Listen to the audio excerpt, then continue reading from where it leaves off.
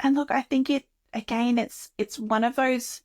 challenging situations to be able to help the child in,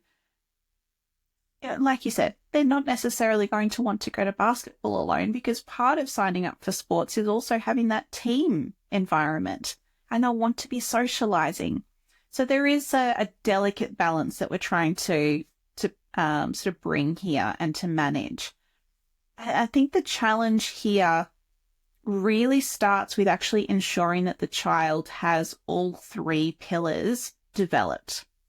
So, for example, making sure that they're also developing resiliency is going to give them that ability to, weather those situations where they might be wanting to express themselves authentically, but where it might be a little bit challenging for them to do so.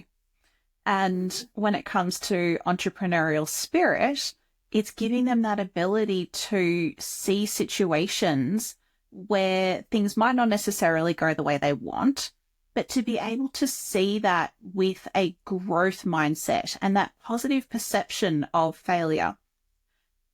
And so I think making sure that we're kind of developing all three of those pillars is really going to be key to helping our children be able to navigate all of these sorts of challenges with their friendships.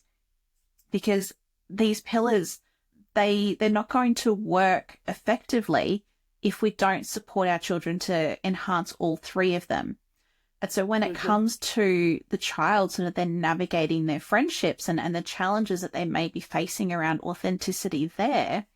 again, we're coming back with that, emotional regulation to be able to help guide their decision making.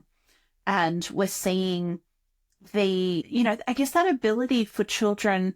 encouraging them to take some time to reflect, because that reflection piece is bringing that self-awareness and then being able to help them guide through, navigating those friendships, and encouraging them to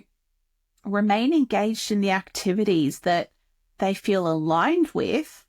as well as those that they might want to follow for the social connection, and then helping them to get curious about the differences in how they experience those two.